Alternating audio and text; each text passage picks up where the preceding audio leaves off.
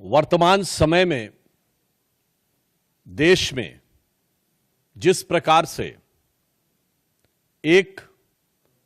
विशिष्ट प्रकार की राजनीति चल रही है, जो देश की आंतरिक सुरक्षा और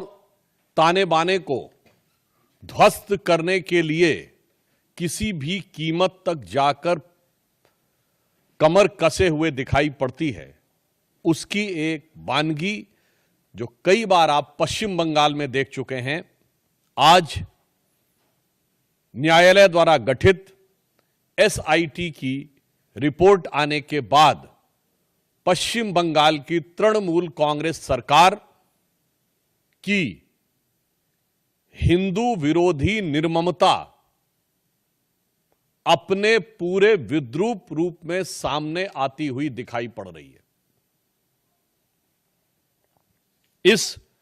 एसआईटी का गठन न्यायालय के आदेश पर हुआ था, जिसमें 3 लोग सदस्य थे। एक रजिस्ट्रार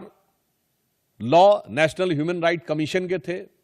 और 2 सदस्य पश्चिम बंगाल की न्यायिक सेवा के थे, अर्थात एक मानवाधिकार आयोग से सदस्य थे और 2 पश्चिम बंगाल की न्यायिक सेवा वेस्ट बंगाल लीगल सर्विसेज थे। और उन्होंने 11 अप्रैल 2025 फ्राइडे यानी 11 अप्रैल जुमे के दिन 2 बजे से लेकर 4 बजे के बीच में जो घटनाएं हुई हैं उनके बारे में जो अपना ऑब्जर्वेशन दिया है, उससे तृणमूल कांग्रेस, इंडी गठबंधन और ये सेक्युलरिज्म के सो कॉल्ड सेल्फ चैंपियंस का नकाब पूरी तरीके से उतर गया है। पहली बात, बहुत आश्चर्य और दुख की बात है कि जो लोग ये कहते थे कि पाकिस्तान से युद्ध करने की क्या जरूरत है, सिर्फ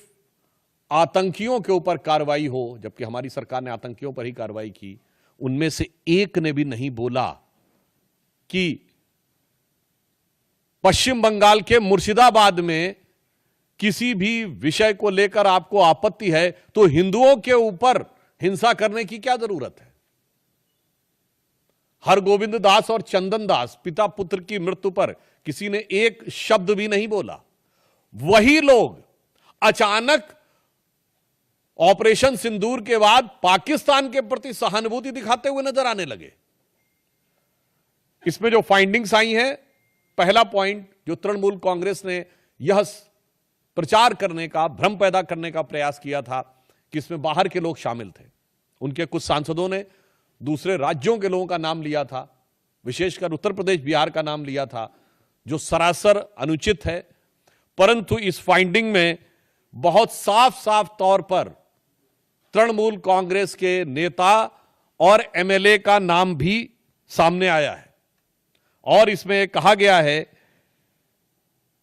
कि उनके 11 अप्रैल को, मैं इसको एज इट इज रीड करना चाहता हूं। All the attacks were carried out on the Friday 11th of April from 2 PM onwards under the instructions of local councillor Mehboob Alam and police and administration done nothing। तो ममता जी, ये तो आपकी party के बहुत महबूब नजर आ रहे हैं, आपकी पार्टी के बड़े प्रिय नजर आ रहे हैं। ये बात अब फाइंडिंग्स में बिल्कुल साफ हो गई। दूसरा विषय यह आया कि एक कुल मिलाकर इसमें बताया गया कि total of 113 houses were damaged and they even fled to Malda. जो ये कहने का प्रयास किया गया था कुछ नेताओं के द्वारा कि ऐसा तो कुछ खास हुआ ही नहीं, कोई महत्वपूर्ण, कोई ऐसी उल्लेखनीय घटना नहीं हुई, यह बात बिल्कुल साफ सामने आई कि 113 जो हाउसेस थे वो पूरी तरीके से विध्वंस हुआ और लोगों को वहां से पलायन करने पर बाध्य होना पड़ा। इसी के साथ साथ यह भी बात सामने आई कि पुलिस ने कई मौकों के ऊपर जो उनकी प्रोसीडिंग्स में, और ये जो तृणमूल कांग्रेस के नेता का नाम ये पेज नंबर 5 के ऊपर अपनी फाइंडिंग्स में लिखा हुआ है। फिर यह बताया गया कि दे want a permanent BSF camp and central armed police for their own protection. यानी पहले तो लोगों के घर विध्वंस हुए, फिर लोगों को पलायन पे बाध्य होना पड़ा, और पश्चिम बंगाल की पुलिस पर उनका इतना विश्वास हो गया कि वो सीमा सुरक्षा बल और केंद्रीय सुरक्षा बलों के ही कैंप में रहने के लिए उद्यत थे। यह साफ दर्शाता, और आगे लिखा है, the West Bengal police did not respond